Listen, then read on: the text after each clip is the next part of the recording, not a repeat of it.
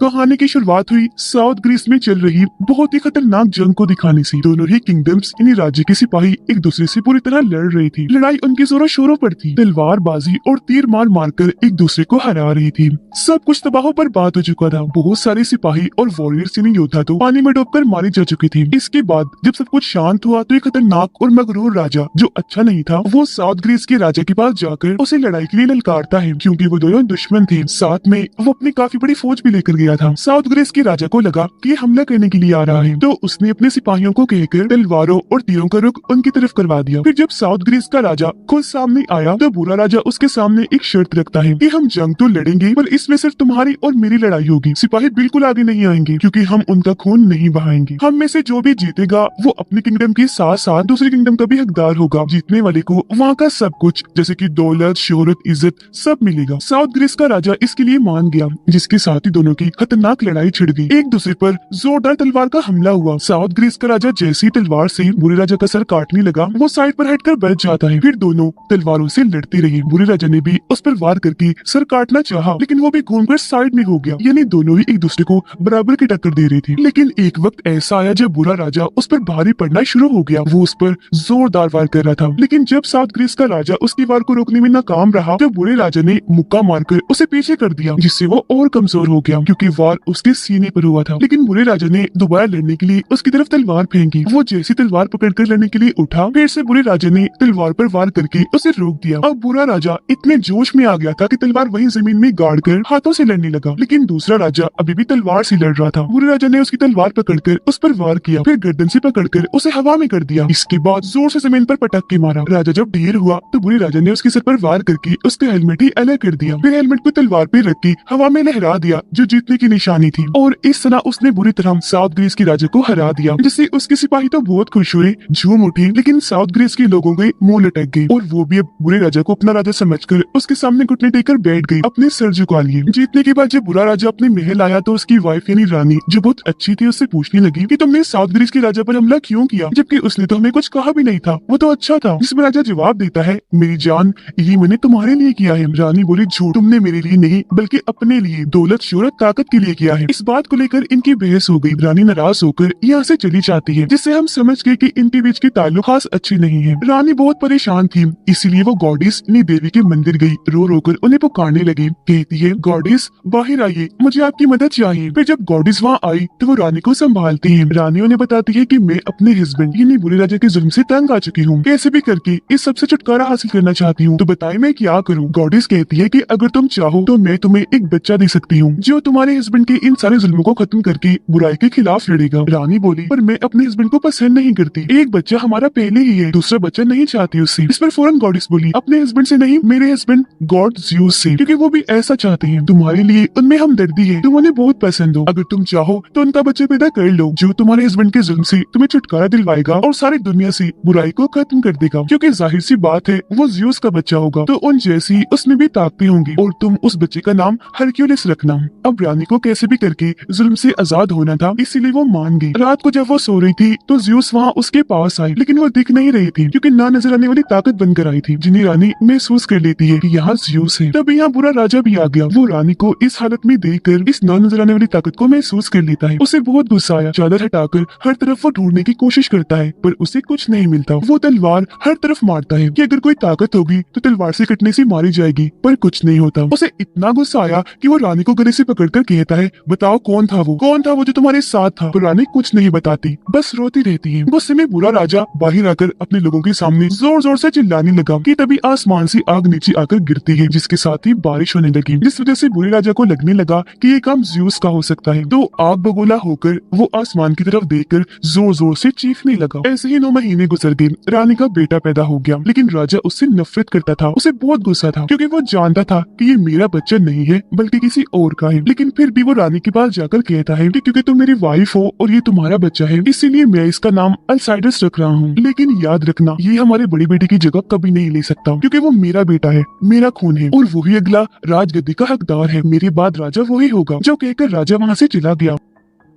रानी यहाँ अपने बेटे की तरफ देखकर कहती है, मेरे बेटे का नाम अल्साइडस नहीं बल्कि हरक्यूलिस है, यानी वही नाम जो गॉडिस ने उसे रखने को कहा था। फिर अब ऐसे ही 20 साल गुजर गए, जहाँ हरक्यूलिस यानी अल्साइडस बड़ा हो चुका था, जो इस वक्त प्रिंसेस यानी राजकुमारी के साथ होता है। दोनों एक साथ काफी अच्छा वक्त गुजारते हैं और बहुत खुश थे क्योंकि एक दूसरे को पसंद करते थे। तभी यहाँ किंग का बेटा यानी अल्साइडस का भाई अपने सिपाहियों के साथ आ गया। अब हालांकि वो भी प्रिंसेस को पसंद करता है पर उसे कभी बताता नहीं, क्योंकि वो जानता था कि मेरा भाई अल्साइडस उसे और वो अल्साइडस को चाहती है। वो प्रिंसेस को अपने सिपाहियों के साथ भेजकर अल्साइडस को कहता है कि आज क्यों ना हम सारा दिन शिकार पर रहे, जिसके लिए वो मान गया। ये शिकार पर निकल गई, इन्हीं रात हो जाती है और अब ये दोनों अकेले थे कि तभी एक तरफ देखकर अलर्ट हो जाते हैं, क्योंकि वहाँ शेर था जो उनकी तरफ देखकर दहाड़ रहा था, हमला करने के लिए बिल्कुल तैयार था। पर उसे देखकर अल्साइडस नहीं डरता, वो अपना रॉड लेकर धीरे धीरे आगे बढ़ा उसका काम तमाम करने के लिए। शेर दहाड़ता हुआ आगे बढ़ा, वो अल्साइडस पर झपटने ही वाला था कि तभी रोड से उसे मारकर अल्साइडस ने पीछे कर दिया। वो इतना बहादुर था कि शेर की पीठ पर भी चढ़कर उसे गिराने की कोशिश करता है, लेकिन शेर ने जैसे खुद को छुड़वाया अल्साइडस ही नीचे गिर गया। शेर उसे खाने के लिए जैसे आगे बढ़ा, अल्साइडस ने उसकी मुंह में रॉड डालकर उसे रोक कर रखा, लेकिन जाहिर है शेर इतना ताकतवर था कि वो रॉड ही टूट गया। इससे पहले कि शेर अल्साइडस को निगल जाता, वो है शेर को गले से मजबूती से पकड़ लेता है, उसे दबोच के रखता है। शेर खुद को आजाद करवाने की भी बहुत कोशिश कर रहा था, लेकिन अल्साइडस की ताकतों के आगे वो टिक नहीं पाया, उसका दम घुट गया। गले की हड्डी टूटने से वो वहीं मरकर ढेर हो जाता है। अब बहादुरी के लिए ये शेर की खाल निकालकर अपने पास रख लेते हैं। फिर जब महल वापस आई तो अल्साइडस का भाई खुद सबकी नजर में बहादुर बनने और सारा क्रेडिट खुद लेने के लिए शेर को मारने की झूठ मूठ कहानी सुनाने लगता है, जो बताकर वो शेर की खाल सबको दिखा रहा था कि इसे मैंने कैसे मारा। यह अल्साइडस सच नहीं बताता बल्कि अपने भाई की हाँ में हाँ मिलाता है कि इसने ही शेर को मारा है, क्योंकि वो अपने भाई के खिलाफ जाना नहीं चाहता था। लेकिन यहाँ रानी और प्रिंसेस जो ये जानती थी कि अल्साइडस बहादुर है जबकि उसका भाई डरपोक, उन्हें ये बात मशकूक लगती है। इसी वजह से वो काफी हैरान थी। लेकिन बुरा राजा अपने बेटे की इस बहादुरी की वजह से बहुत खुश हो जाता है और वो उसकी और रानी की शादी फिक्स कर देता है। लेकिन राजा का ये फैसला अल्साइडस और प्रिंसेस को जरा भी पसंद नहीं आया। वो बहुत हैरान थी। प्रिंसेस को तो इतना गुस्सा आता है कि वो फौरन वहाँ से चली जाती है। इस फैसले से खुद रानी अल्साइडस की मॉम भी खुश नहीं थी। प्रिंसेस का मूड खराब हो गया था, इसलिए अल्साइडस अपना घोड़ा लेकर उसके पीछे जाता है मनाने के लिए। अल्साइडस का भाई अपने डैड किंग को बताता है कि डैड आपने शादी फिक्स भी कर दी है, मैं खुश भी हूँ, लेकिन जिसके साथ शादी होनी है वो खुश नहीं है, क्योंकि वो तो अल्साइडस को पसंद करती है। जिस पर किंग उल्टा उसे गुस्सा होने लगा कि इतना मत सोचो, इस बात से कोई फर्क नहीं पड़ता कि वो किसी पसंद करती है और किसी नहीं। तुम्हारी उसके साथ शादी तय हो गई है तो जाओ उसे वापस ले आओ, मान जाएगी। प्रिंसेस जो अपना घोड़ा बहुत तेजी से लेकर भाग रही थी, अल्साइडस उसके घोड़े के सामने अपना घोड़ा लाकर खड़ा कर देता है और उसे रोककर घोड़े से नीचे उतारता है। वो बहुत रोती है, कहने लगी अल्साइडस मैं तुमसे प्यार करती हूँ ना कि उससे, तो मैं तुमसे शादी करना चाहती हूँ, उससे नहीं। ये लोग हमारे प्यार को कभी नहीं समझेंगे। चलो यहाँ से भागकर कहीं दूर चलती हैं, हम शादी कर लेंगे, अपनी अलग जिंदगी बसाएंगे जिसमें हम बहुत खुश होंगे। इससे पहले कि यहाँ से निकलते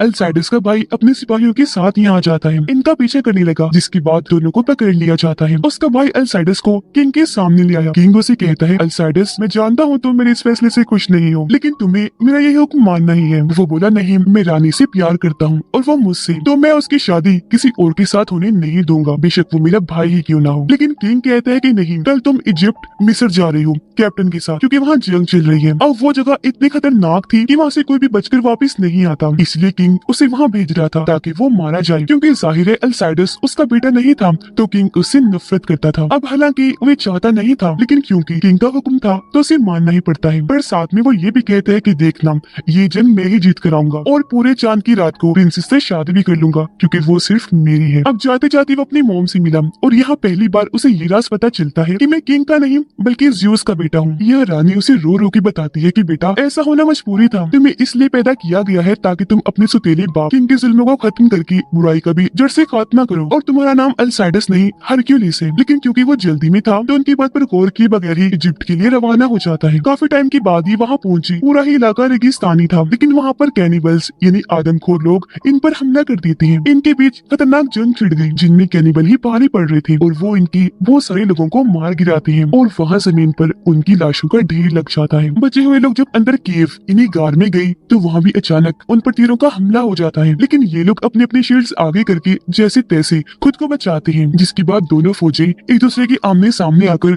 जोरदार हमला कर देती हैं। अपने अपने रॉड से और तलवारों से एक दूसरे को मार गिरा रही थी। इसमें अल्साइडस की फौज कमजोर पड़ती नजर आ रही थी। देखते ही देखते उनके सभी सिपाही मारे गए सिवाय अल्साइडस और उसके खास आदमी की। वो बड़ी बहादुरी से बाकी फौज से लड़कर उनका मुकाबला करते हैं। अब दूसरी फौज का एक लीडर भी था जो अपने एक आदमी से पूछता है कि इन सब में अल्साइडस कौन था, या कौन है, जिंदा है कि मर गया। इस पर वो आदमी बताता है कि अल्साइडस तो मर गया। जो सुनकर लीडर नकली अल्साइडस का हेलमेट लेकर किंग यानी अल्साइडस के डैड को बेचता है कि देखो हमने वादा पूरा कर दिया अल्साइडस को मारकर, जिसका मतलब कि सारी चाल किंग की थी उसे मरवाने के लिए। अब लीडर दोनों को कहता है कि मैं जानता हूँ तुम बहुत अच्छे वॉरियर्स योद्धा हो, मैंने तुम्हें भी मारना था, अपनी बहादुरी से तुम बच गए। अब अगर तुम जीना चाहते हो तो मैं तुम्हें नई जिंदगी दे सकता हूँ, तुम्हें छोड़कर तुम्हें हमारा गुलाम बन के रहना होगा। मगर मैं ये भी जानता हूँ कि तुम गुलाम बनना कभी पसंद नहीं करोगे, उससे बेहतर तुम वॉरियर के ऐसे से मरना पसंद करोगे। तो लो मैं तुम्हें मारने लगा हूँ। अब इससे पहले वो अल्साइडस के साथी को मारता अल्साइडस उसे रोककर कहता है कि रुक जाओ, हम जीना चाहते हैं लेकिन तुम्हारे गुलाम बन के नहीं, तुम ऐसा करो हमें बेच दो, हमें भी नई जिंदगी मिल जाएगी और तुम्हें पैसा। लीडर हैरत से पूछता है कि तुम्हारा नाम क्या है और तुम कौन हो। इस पर वो जवाब देता है कि मेरा नाम हरक्यूलिस है। लीडर गुस्से में मुक्का मारकर उसे बेहोश कर देता है। महल में अल्साइडस की मौत की खबर फैल जाती है। इस वजह से वहाँ शोक का माहौल था, खास तौर पर रानी और प्रिंसेस के लिए। वो बहुत रोती है लेकिन चाहकर भी कुछ नहीं कर सकती थी। उधर लीडर अल्साइडस और उसके साथी को बेच देता है। यहाँ उसके साथी को भी पता चल गया था कि किंग ने जानबूझकर हमें मरवाने के लिए यहाँ भेजा है, पर उसे ये बात समझ नहीं आ रही थी कि वो अपने ही बेटे अल्साइडस को मरवाना क्यों चाहेगा। इसीलिए अल्साइडस से पूछता है कि आपने कहा मैं हरक्यूलिस हूँ, जबकि आपका नाम तो अल्साइडस है, तो ये किसका नाम लेकर आपने खुद को बताया। इस पर वो जवाब देता है कि मैं खुद नहीं जानता इस बारे में, ये नाम मैंने अपनी मोम रानी से सुना था। हरक्यूलिस इसलिए बता दिया ताकि मेरे डैड किंग को लगे कि मैं मर गया हूँ। फिर यहाँ से आजाद होकर मैं वापस महल जाऊंगा और प्रिंसेस जो मेरी मोहब्बत है उससे शादी कर लूंगा। वो साथी कहता है जनाब ये काम जितना कहने में आसान है उतना ही मुश्किल है, क्योंकि आपने तो सिर्फ महल की दुनिया देखी है जबकि मैं बाहर की खतरनाक दुनिया से वाकिफ हूँ। हम यहाँ से निकलकर वापस कभी नहीं जा सकते। जिस पर वो उसे हौसला देता है कि घबराओ नहीं, बस मुझ पर भरोसा रखो, हम महल लाजमी जाएंगे। अब क्योंकि दोनों गुलाम थे इसलिए लड़ाई के लिए उन्हें जंग के मैदान में उतारा जाता है। पहले अल्साइडस का साथी गया जो शुरू में तो मार खाता है लेकिन फिर उस पर अपना कंट्रोल करके मारकर उसको अधमरा कर देता है, जिसके बाद अल्साइडस को लड़ने के लिए उतारा जाता है। आते ही वो आदमी अल्साइडस पर हमला करके उसे दूर खंबे के साथ लगा देता है, लेकिन अल्साइडस ऊपर होकर उस पर टांगों से वार करता है। दोनों एक बार फिर आमने सामने आए। अल्साइडस मुक्कों से टांगों से मार मारकर उसे अधमरा कर देता है, फिर उठा उठाकर उसे इतना पटकता है कि उसकी हालत खराब हो गई। फिर अल्साइडस उसकी बाजू तोड़कर वहीं गिरा देता है। वो जीत गया था, इसीलिए वहाँ हर तरफ हरक्यूलिस हरक्यूलिस के नारे लगते हैं, उसकी वाह की जाती है। उधर रानी जब एक जगह पर बैठकर दुआ कर रही थी तो वहाँ किंग आया जो उससे पूछने लगता है कि बताओ अल्साइडस किसका बेटा है, उसका बाप कौन है, एक है या कितने हैं। इस पर रानी फौरन बोली है तो एक ही, लेकिन उसे भी किसी मकसद के लिए पैदा किया गया था, पर क्योंकि मेरा बेटा अल्साइडस तो नहीं रहा तो उसका अधूरा काम मैं पूरा कर देती हूँ। तुम्हारे जुल्मों से बचने के लिए तुम्हें मार कर। इतना कहकर वो खंजर से किंग पर वार करने लगी, लेकिन उसने रानी का हाथ पकड़कर हमला रोक दिया। पूछता है कि बताओ वो कौन था, जिस पर रानी अब जाकर उसे बता ही देती है कि वो ज़्यूस है। तुम्हारे जुल्मों से बचने के लिए, तुम्हारा खात्मा करने के लिए उन्होंने मुझे एक बेटा दिया था। जो बताकर वो हंसने लगी। किंग को बहुत गुस्सा आ गया। वो उसे खंजर को रानी के अंदर घुसा देता है जिससे उनकी मौत हो जाती है, लेकिन मरते मरते वो किंग को कहती है कि तुमने ज़्यूस के बेटे को मारा है, वो बहुत गुस्से वाले और ताकतवर है, तो अब अपनी खैर मनाना, उनके गुस्से से तुम कभी नहीं बच सकती, तुम मारे जाओगे देखना। अब किंग सबसे ये बात छुपा के रखता है कि मैंने उसे मारा। हर तरफ ये अफवाह फैला देता है कि रानी अपनी बेटी अल्साइडस की मौत के गम में मारी गई। हरक्यूलिस गुलामों के मालिक को कहते हैं कि तुम यहाँ से भी और ज्यादा पैसे कमा सकती हो अगर तुम हमें ग्रीस ले जाओ तो। वहाँ पर इस तरह की छोटी मोटी लड़ाइयाँ नहीं होती, बल्कि दूर दूर से लोग आते हैं लड़ाई देखने के लिए। बहुत बड़ी लड़ाइयाँ होती हैं। अब हम दोनों वहाँ जाकर तुम्हारी तरफ से 6 आदमियों के साथ लड़ेंगे और ये 6 लोग वो हैं जो कभी नहीं हारे, तो जाहिर है उनका मुकाबला देखने कौन नहीं आएगा। अब अगर तो हम उनसे जीत गए तो हमें आजाद कर देना, जबकि तुम तो मालामाल हो ही जाओगे। जिस पर गुलामों का मालिक मान गया। लेकिन वहाँ जाने से पहले ये दोनों प्रैक्टिस के तौर पर 2 खतरनाक वॉरियर से लड़ते हैं जिन्हें भी आज तक किसी ने हराया नहीं था।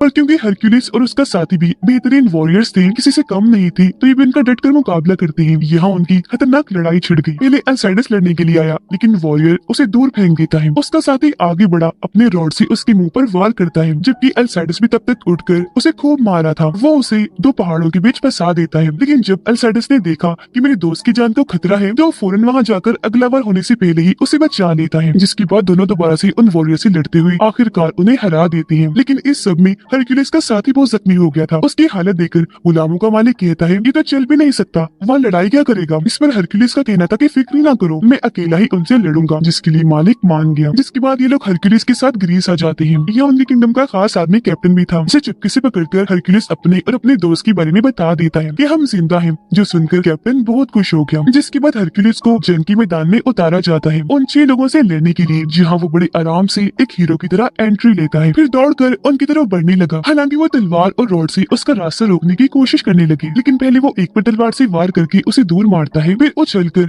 दूसरे पर बैठकर उसके सीने में तलवार घुसा देता है। एक जैसे उसे रोकने आया, हरक्यूलिस ने उसे पकड़कर हवा में लहराकर जोर से जमीन पर पटक कर मारा। गिरते गिरते वो आदमी दोनों साथियों पर जाके लगा, जिससे वो भी गिर जाते हैं। अब दोनों ने मिलकर एक साथ फिर से उस पर हमला करना चाहा, लेकिन हरक्यूलिस अपने शील्ड और तलवार से बचते हुए एक के अंदर अपनी तलवार घुसाकर उसे मार देता है। फिर आखिरकार बचे दोनों को भी वो मार गिराता है, एक को हवा में उठाकर जबकि दूसरे पर अपने शील्ड से हमला करके। और इस तरह से उसने अकेले ही इन 6 पर भारी पड़ के इस जंग को जीत लिया। जीत की खुशी में अपना रॉड वो हवा में लहरा देता है। लड़ाई खत्म होने के बाद कैप्टन और हरक्यूलिस के साथी उससे मिलने आए। कैप्टन उसे बताता है कि बड़े अफसोस के साथ कहना पड़ रहा है कि आपकी मॉम रानी को राजा ने मार दिया है। फिर एक खंजर दिखाते हुए बताता है कि ये मैंने आपके लिए रखा था, जो आपकी मॉम के सीने से निकाला है, क्योंकि वहीं पर किंग ने वार किया था। ये सुनकर हरक्यूलिस बहुत टूट गया, दुखी होकर अपनी गर्दन झुका लेता है। फिर खुद को संभालते हुए कहता है कि अब इस बारे में प्रिंसेस को मत बताना कि मैं जिंदा हूँ, वरना वो ये खबर सबको बता देगी। खुशी की वजह से बात उसके पेट में नहीं रहेगी। किंग के लोग ग्रीस के गाँव पर हमला कर देते हैं। वहाँ लोगों को उनके घरों से बाहर निकाल कर मार मार कर उनसे पैसे वसूल करते हैं। लेकिन तभी यहाँ हीरो हरक्यूलिस आ गया, जो सब सिपाहियों पर हमला करते करते उनके खूब धुलाई करता है। जो भी वार करने के लिए आगे आ रहा था वो उठा कर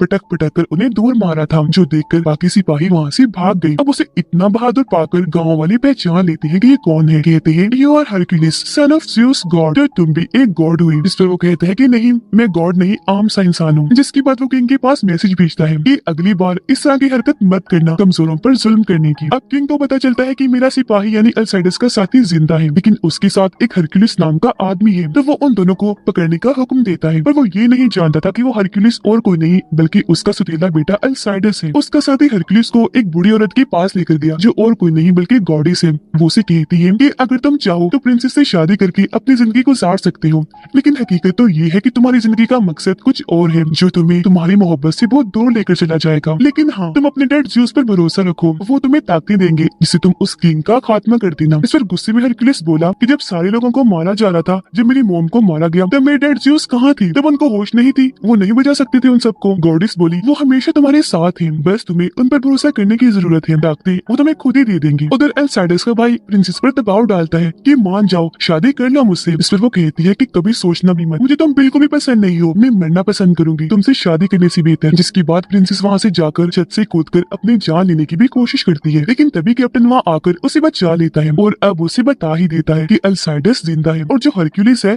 वो अल्साइडस है। और फिर अगले ही दिन दोनों फिर से एक दूसरे के आमने सामने आ जाते हैं, क्योंकि काफी टाइम के बाद मिली थी तो बहुत खुश होने के साथ साथ जज्बाती हो गई थी, उनकी आंखें बनाई थी, इसलिए गले से लग जाते हैं। किंग अगले दिन कैनिबल्स के लीडर को वहाँ बुलाकर पूछता है कि मेरे किंगडम का वो साथी जिंदा कैसे रह गया और उसके साथ ये हरक्यूलिस कौन है। कैसे भी करके मुझे दोनों लोग चाहिए, ढूंढो इनको। काफी ढूंढने के बाद आखिरकार हरक्यूलिस को ढूंढ लिया जाता है। उसका भाई खुद आता है हरक्यूलिस को पकड़ने के लिए, लेकिन वो ये देखकर काफी हैरान रह गया कि मेरा भाई ही हरक्यूलिस है। जिसके बाद उस पर हमला करने के बाद बंदी बनाकर उसे अपने साथ ले जाते हैं और उसे सबके सामने भारी पत्थरों से मजबूत जंजीरों के साथ बांध दिया जाता है। फिर उस पर बहुत जुल्म किए जा रहे थे, घोड़े से उसे मारा जा रहा था।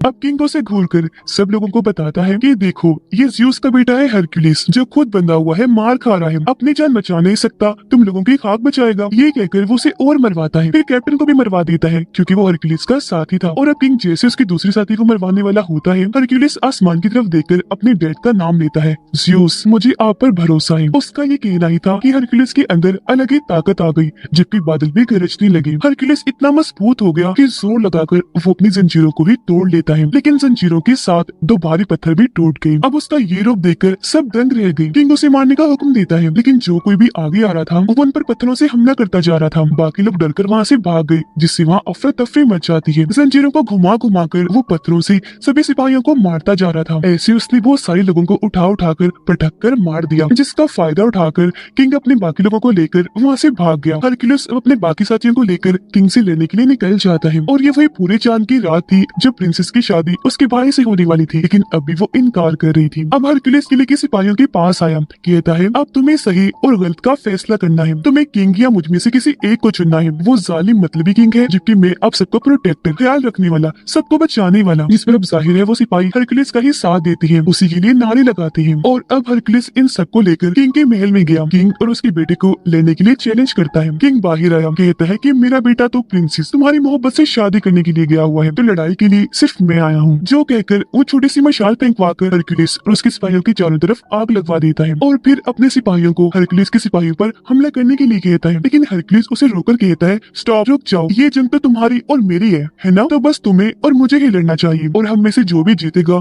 वो इस किंगडम का राजा होगा और फिर सब कुछ उसे ही मिलेगा, ये महल भी, सारे सिपाही भी। इस पर किंग कहता है कि नहीं हरक्यूलिस बेटा, मैं तुमसे कैसे लड़ सकता हूँ, तुम तो मेरे बेटे हो। इस पर वो जवाब देता है कि नहीं, मैं तुम्हारा बेटा नहीं हूँ, मैं तो उसका बेटा हूँ जो पूरी दुनिया पर राज करता है, ज़्यूस का बेटा हूँ हरक्यूलिस। जिसके साथ ही दोनों फौजी आमने सामने आकर एक दूसरे से लड़ने लगती हैं, जो देखकर हरक्यूलिस अपनी तलवार ऊपर आसमान की तरफ उठाता है, जिससे आसमान में कड़कने वाली सारी बिजली उसकी तलवार में आ गई। ये ताकत हासिल करती वो बिजली को वहाँ चारों तरफ लहरा देता है। किंग की सिपाही जैसे बिजली की लपेट में आई, सबकी मौत हो जाती है, क्योंकि ये झटके बहुत ही खतरनाक थे और ऐसे उसने सभी सिपाहियों को मार गिराया। जिसके बाद अंदर जाकर हरक्यूलिस और किंग की लड़ाई छिड़ गई। दोनों तलवारें चला चलाकर खूब लड़ रहे थे, बराबर ही लड़ाई चल रही थी। पर एक वक्त पर किंग उस पे भारी पड़ गया, वो हरक्यूलिस को बहुत मारता है। फिर जैसे दोबारा दोनों लड़ने लगे, वो टांग मारकर हरक्यूलिस को दूर गिरा देता है। किंग उसे ललकारता है, जैसे वो उठा किंग फिर से उसे मारने लगा, लेकिन अब की बार बड़ी हिम्मत करके किंग की हर वार को वो रोक रहा था। फिर जोर से जमीन पर पटक कर उठा कर मारने लगा। वो फिर किंग को पकड़कर उसे बस जान से मारने ही वाला था कि तभी यहाँ किंग का बेटा प्रिंसेस को बंदी बनाकर ले आता है और किंग को छोड़ने के लिए कहता है। उसने प्रिंसेस पर खंजर रखा हुआ था, लेकिन प्रिंसेस उस खंजर को पकड़कर अपने सीने में घुसा लेती है। आर पार होकर वो किंग के बेटे को लगा, जिससे वो इतना जख्मी हो गया कि वहीं गिर जाता है। फौरन ही उसकी मौत हो जाती है। प्रिंसेस भी जख्मी होकर वहीं गिर गई, जो देखकर